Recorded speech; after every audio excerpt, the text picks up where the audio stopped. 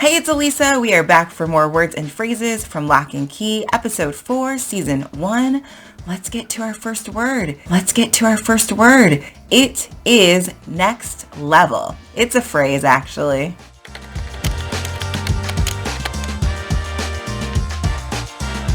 Damn, this is next level, Kinsey. So next level just means you are above everyone else.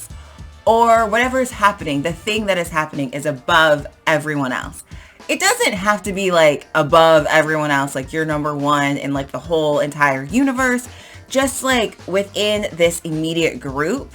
So in this case, it's a group of a couple of kids. This is the best. This is definitely far better than everyone or everything else, or I should say far above. Because this could be used in a positive way or a negative way. So you could say, that was crazy. She was next level. But you could be referring to something good or something bad. You could be referring to maybe someone had a little bit of a temper tantrum, but maybe it wasn't a child. Maybe it was like a teenager or an adult. Someone who should not be having temper tantrums. So maybe you're referring to someone screaming and shouting at someone and being angry and aggressive, and you're like, whoa, that was next level, which means you were way angrier than what seems appropriate. That was way angrier than anybody else. That was far more intense than anything else. That was a lot. So it doesn't have to mean you were the angriest person that's ever walked the face of the earth. It just means in this moment, in this context, in this conversation with these people, like this is us and this is you. Maybe you being here is good. Maybe you being here is not good. So it could definitely be next level, like, wow, you need to calm down. Next level aggressive, next level crazy. So next level, any sort of negative emotion or negative action can be used. We also use this a lot of times in a positive way. And so in this case, in this scene, it's being used in a positive way. They're talking about Kinsey's art. And they're basically just saying, wow, this is amazing. This is really impressive. This is better than anything we've ever had. It's better than anything that we could ever do. So it's that next level. It is better. It surpasses anything we've had before, anything we could do. It doesn't mean she's the best artist in the whole entire world, in the history of Earth, the history of humankind. Just in this context with these people, it's the best.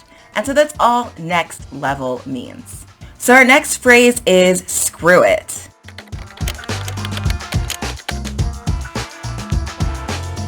Normally I'd worry I wasn't good enough to show anyone, but this time I thought, screw it. So screw it just means, forget it. So this can be used negative and positive as well. And so screw it really just means I'm not going to spend any more time on this. This could be an action, it can be a thought, it could be an attitude. Whatever it is, you're just not going to spend any more time on it. So I'm not going to spend any more time thinking about negative things. I'm not going to spend any more time waiting for you. I'm not going to spend any more time in this relationship. I'm not going to spend any more time thinking about you. Screw it. Forget it. I'm done. No. And that's really all it means. So in this case, Kinsey was afraid to show off her work and her fear was holding her back. And she said, screw it. And what she's saying is, I am done being afraid. I'm done with this emotion of fear. I'm done letting my fear hold me back. So screw it. So in this case, it's a good thing because the thing that she's saying, forget it, the thing that she's saying, screw it to, is fear that's holding her back. So anytime you say, screw it, I'm not going to be afraid anymore, that's a great thing. But you could also say, screw it, I'm not going to study for this math test anymore. It is what it is. I don't care if I fail. That's probably not such a great thing. So you can say screw it to anything, and all you're saying is, I'm done with this. The result could be positive. The result could be negative. It just depends on what you're talking about. All right, so our first phrase from this scene is to stand someone up.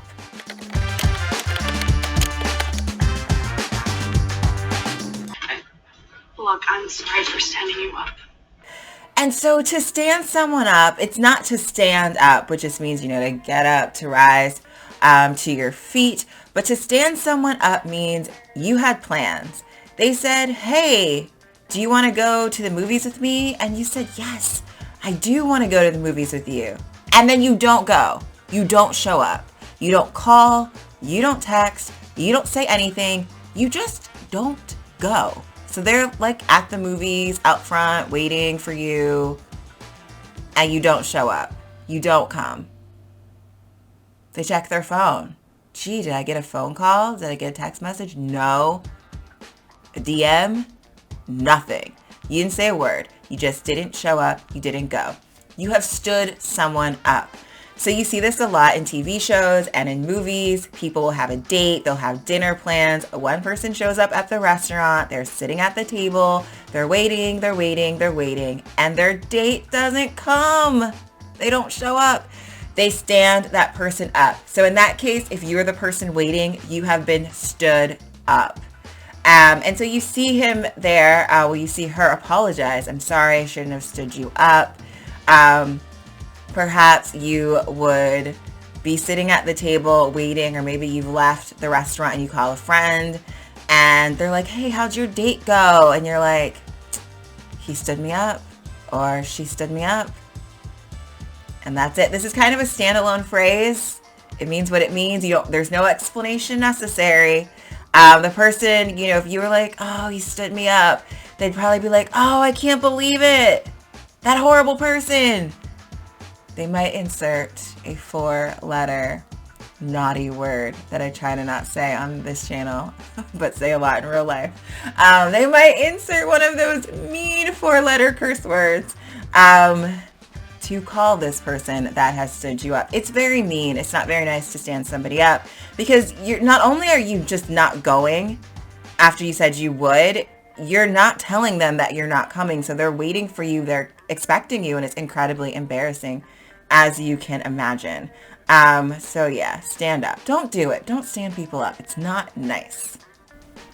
So our next phrase from this scene is ears ringing.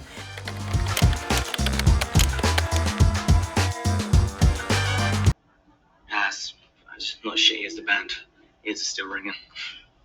So now if your ears are ringing, oh, your ears must be ringing. That means that we were just talking about you. You must have heard. So in that case, you were just talking about someone, and then they call or they show up, and it's like, hey, we were just talking about you. Your ears must be ringing. So there's that, which is kind of the same phrase, but means something totally different. It just means we were talking about you, and then here you are. You've appeared. In this case, he's talking about his ears ringing, which means there was a very loud noise, or in this case, very loud music from the concert. And he's just basically saying like, oh, my ears still hurt. I can still hear the music. His ears probably are not actually ringing, because that can actually happen. That's a medical condition. He probably cannot still hear the music from the concert, and his ears probably do not actually hurt. What he is saying is, ooh, that music was loud, and it's not like a good loud. It's like a not good loud. The music was very loud. It was not that great. It's like if your parents went to a really loud heavy metal concert or a really loud rap concert, and they're like, ah, like that. It's like, oh, it's not that your ears actually hurt. Although, I mean, if the music is loud enough, maybe they do actually hurt, but it's more like this sound. Oh, it hurts my brain. It hurts my ears. I think we've all been around noise, maybe like really loud construction noise. They're doing some construction here. I hope you guys can't hear it. But like really loud noise, and you're like, oh, it kind of gives you a headache. You know that noise that gives you a headache? Sometimes certain music will give you a headache, and you just like react. You're like, oh no. His ears are ringing. So that's kind of what he's saying. So apparently this band was not so great. And yeah, he didn't love it. His ears are ringing, which is just like, oh, the music was kind of loud and a little bit awful. It doesn't mean it was totally terrible and the worst music ever. It just means he didn't love it. It wasn't his favorite music. Otherwise, his ears wouldn't be ringing. And that's really it. That's all it means. Our next phrase is make it up to you.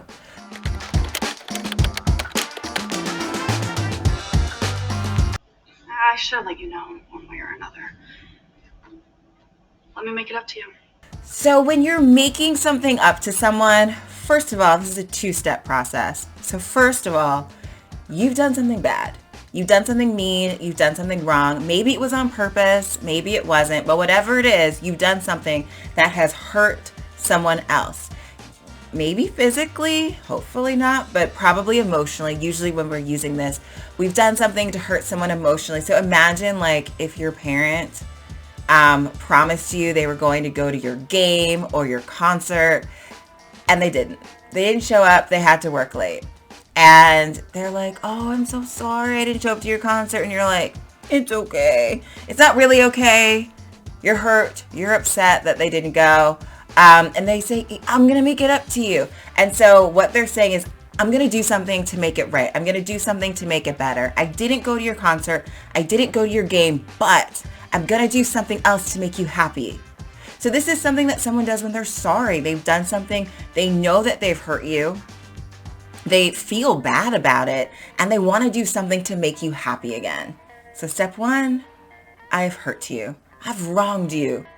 Maybe it's 3 steps. Step 2, I feel really bad. Step 3, I'm going to do something to make it better. I'm going to do something to make it right. I'm going to make you happy again. And so that's all it is. So I'm going to make it up to you. I'm going to do something to make you happy. And it's really a standalone phrase. You just kind of say it on its own. You've already done the thing. I mean, they know what you're talking about because they're like sulking in the corner. Oh, we're about to talk about sulking next. So they're kind of sulking in the corner, so you already know what you've done. So you don't really need to use this. This isn't in a sentence. This is the sentence. I'll make it up to you. That is its own sentence. And so just because you say that you're going to make it up to someone, or just because someone tells you they're going to make it up to you, doesn't mean they will. In that moment, they probably intend to do it. They're not lying in the moment. But I would say half the time when someone says, I'll make it up to you, they don't. But I'm sure they mean it at the time. So our next word is sulking or sulk.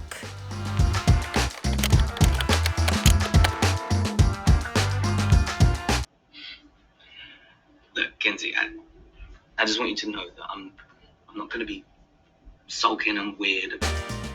So, I mean, the only way to explain this word is imagine a child who wanted some candy or wanted to go outside and play with his friends, and his mom said no.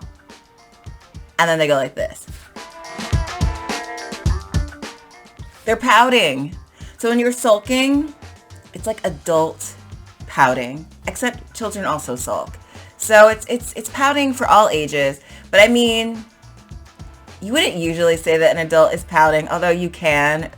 It's kind of like a double insult though, because if you tell an adult they're pouting, you're kind of saying you're acting like a child. But sulking, yeah, that's more of an adult thing. It's a more mature way for pouting. But you're basically just sitting there, upset. Your head is down, and you're sad. And I mean, you're not crying, but you know, I don't really want to talk right now because I'm upset. So you're just physically upset. You're just, it's your little frowny face. Sad. And then this is always because something has not gone your way. Either someone has said something that has hurt your feelings, or, I don't know, you tried to kick the winning goal in the soccer game, but you missed it. I'm sorry, the football game. Whatever it is to you. You tried to kick the winning goal. You missed the kick. And you're sulking now. You're just, I don't want to talk. I just want to sit in the corner by myself. I don't want to talk about it. You're just sulking. You're just like, just frowny, sad, negative person because something didn't go your way or somebody hurt your feelings. All right, so our last one from this particular scene is hang out or hanging out.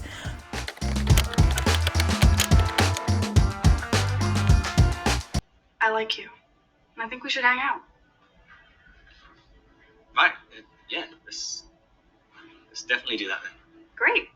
Why don't you come over after school? This is an important one because this is used all of the time. So hanging out just means you're spending time with someone. Could be one person, could be multiple people. You're socializing. So you hang out with your friend. You could hang out with your significant other. You could hang out with your pets, your dog, your cat. I mean, I guess you can hang out with your fish if you want to. That's up to you. But yeah, you're socializing. You are spending time with someone or something. You can hang out by yourself, which just means you are spending time alone. You're spending time by yourself. You can hang out with your sister, your brother, your mom, your dad, your aunt, your uncle. Santa Claus? It's that time of year. I don't know. I guess if you know him, you can hang out with him.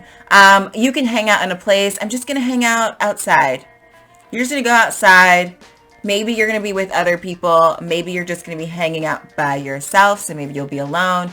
I'm going to hang out at the mall. This is definitely something when I was a teenager that was very popular. I think it is less popular now. I haven't been to a mall in a very long time, but you're just going to go. You're just going to go to the mall. In the case of the mall, you're probably going to meet people there. You're probably planning on seeing people there, but you're just socializing. It's a social thing. You're going to be social. Even when you're hanging out by yourself, you're being social by yourself. You're like doing something. Watching Lock and Key maybe. I don't know. With some popcorn or some pizza or some chips or carrot sticks. Whatever it is that you like to snack on while you are watching things. So our phrase is meet up.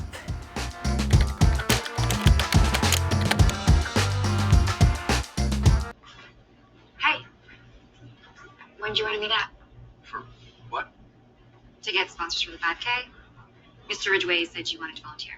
So meet up just means meet someone. That's it. So we're making plans. So I'm going to meet up with you, which means I'm going to go to a place and you're going to go to the same place. Maybe we're going to meet up at the mall. Maybe we're going to meet up at school. Maybe we're going to meet at a restaurant, meet up at a restaurant. It just means we're both going to go to the same place. You can meet up with just one other person. You can meet up with a whole group of other people. So you can meet up at a certain place. You can meet up at a certain time. You can meet up at a certain place and at a certain time. And so you could say, hey, do you want to meet up at 3? Do you want to meet up at 3 at the mall? Do you want to meet up after school? Do you want to meet up before work? Do you want to meet up in my office before the meeting? And you're just both saying we're going to be at a certain place. We're making plans. That is all we are doing when we are meeting up. So our next phrase is try on different hats.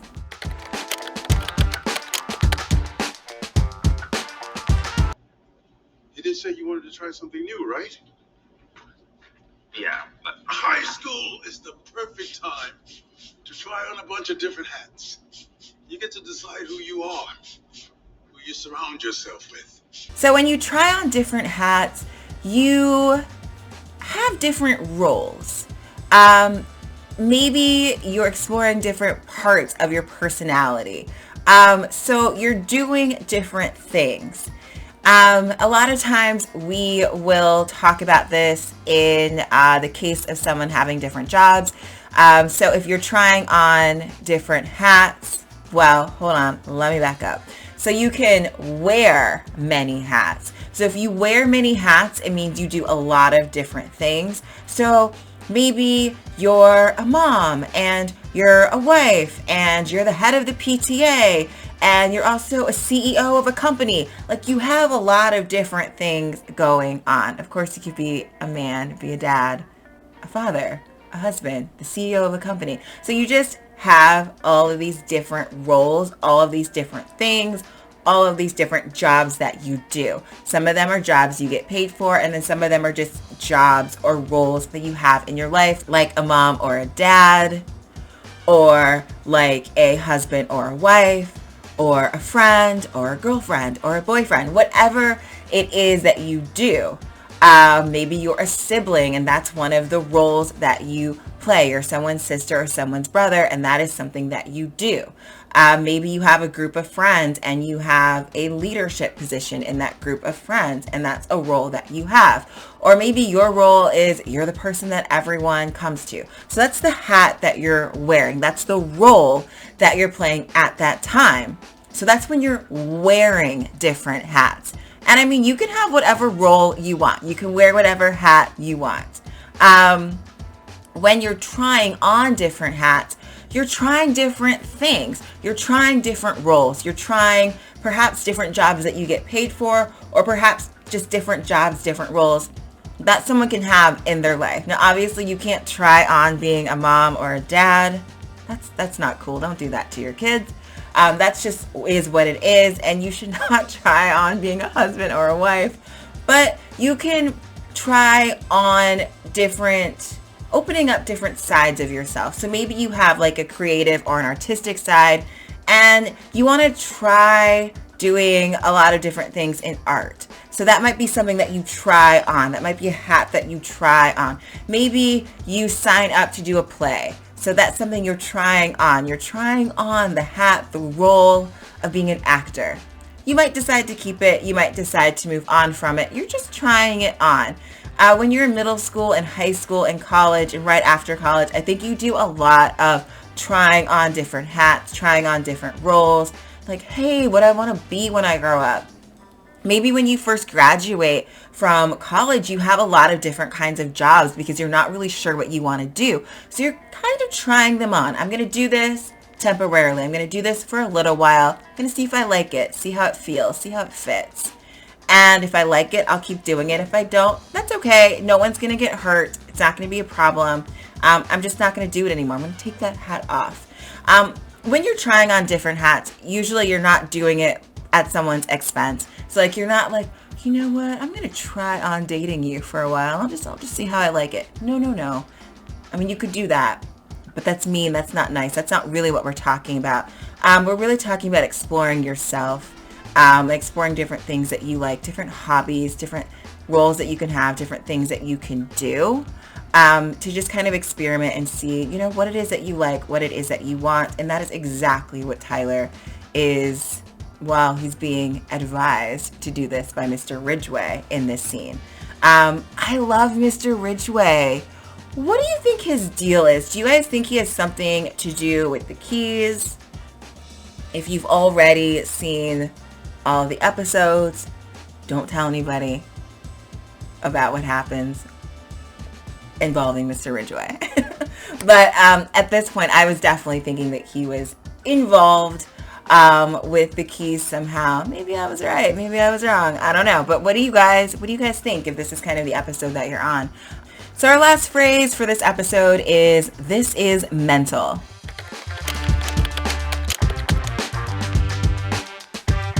I mean, Kenzie, look at this place. This is mental. So this is mental in this case. You know, saying that something or someone is mental can mean different things depending on how you use it. But in this case, he's kind of saying this is a little crazy, this is a little wild, but not in a mean way, not in a bad way, kind of like in an endearing way. Like, you know, you have that friend that like, they're like a little out there. They do things and you're like, you're a little crazy. But like, you love it. You love that about them. This is kind of in that way. Like, this is mental. Like, this is, I mean, her memory, her brain is a candy store. That is what represents her brain. A candy store. So it's a little wild. It's a little bit nutty, a little crazy, unexpected. It's mental. So yeah, so in that case, it's just kind of like a cute, like, oh, you're so crazy and it's so cute. It's kind of like that. So you are saying you're crazy, but crazy like you're a little wild, not crazy like you're insane or you're doing like totally weird, wild things. It's not negative at all in the way that he uses it. I'm going to call it positive because we're past neutral. So I'm going to call it positive where it's just like, oh, you're so crazy. I want to give you a hug. Kind of like that. This is mental. All right, so that is it for the words and phrases from this episode. If you liked this video, please give it a thumbs up and I'll make more. Also subscribe to my channel and hit the notification bell so that you know when I put out new videos. I will see you guys later. Bye.